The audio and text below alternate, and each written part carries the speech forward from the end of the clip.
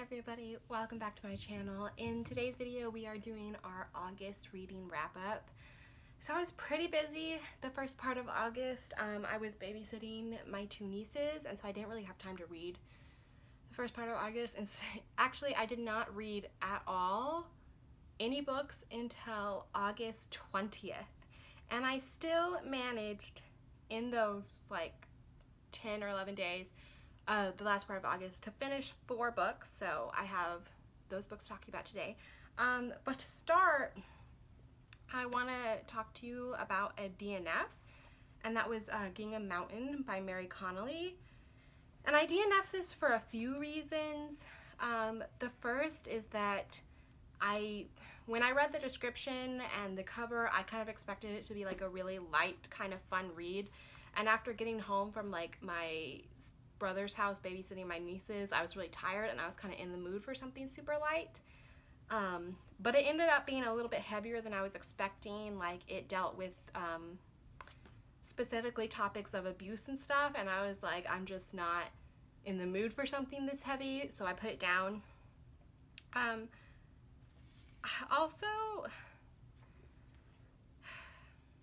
I've tried some Mary Connolly books in the past and I didn't really love them, and I got kind of the same vibes from this one.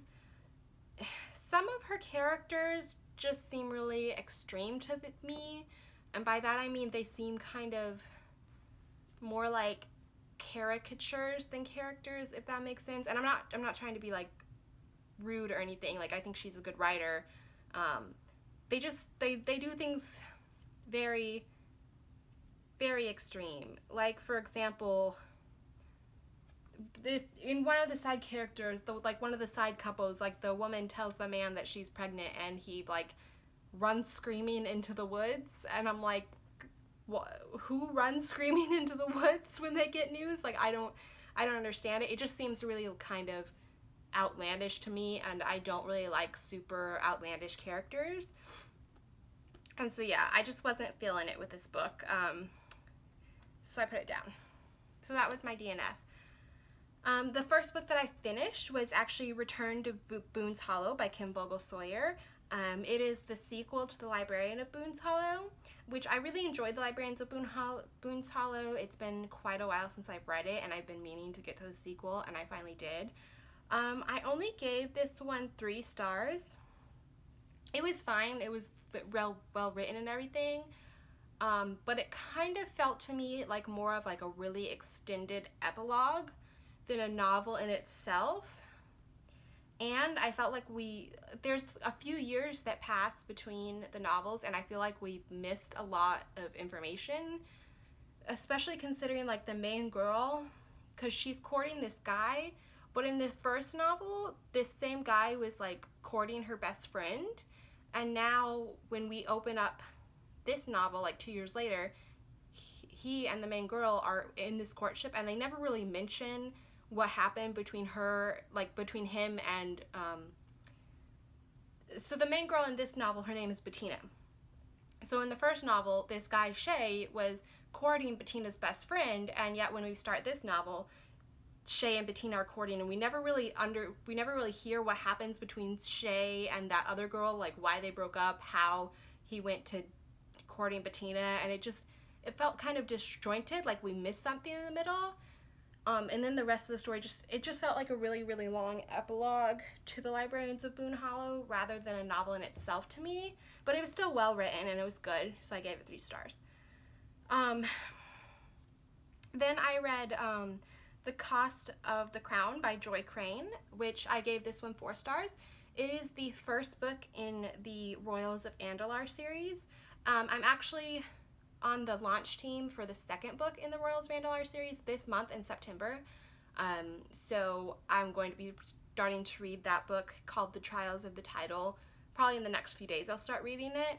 And so I wanted to read the first book before I got to the second book. And I really enjoyed The Cost of the Crown. I don't know if I said it already, but I gave it 4 stars. Did I say that already? I don't know.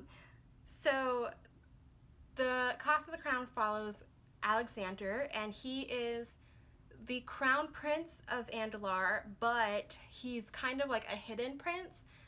because he's the child of the king's first marriage, which didn't last very long. And when their marriage was, when they ended their marriage, the wife was pregnant, but she didn't know it, so she moved to America and she gave birth there, and she didn't really tell the king that he had a son. But then when she passes away when he's a child, she does send a letter because she's sick, so she has a letter sent to the king saying, I'm dying, and this is your son. So he takes Alexander to the palace where he raises him, but they keep him out of the spotlight because the kingdom doesn't really know about him yet. So now we see him as an adult, and he's trying to decide if he's going to step into the spotlight and into his role, or if he's going to abdicate to his younger brother or his younger half brother so that he can keep on living the anonymous life that he's already had. And then we also have the main girl, who is the daughter of the American ambassador, and she's been living with her aunt in America ever since her father was assigned to this country as an ambassador. So she hasn't really seen her father in 10 years. And so they have kind of a broken relationship, and he invites her to Andalar to visit him for the summer. And so, yeah, it is a romance, but it also deals with some really heavy topics, especially concerning, like, Alexander's past living with his mom in America, because, like, they were homeless for a while, and so that really traumatized him, especially going from being homeless to living in a palace, kind of, like, just like that. And so he has a lot of traumas that he has to deal with, and he also has a lot of ideas about how to help other people in similar situations that he had as a child. So that is discussed a lot. So it can be kind of heavy at times, but it was really, really good, and I really enjoyed it. And I'm really looking forward to the second book in the series, which is about his younger brother. Have I been calling him Alexander this whole time? The second brother is named Alexander. That's whose book is coming out this month.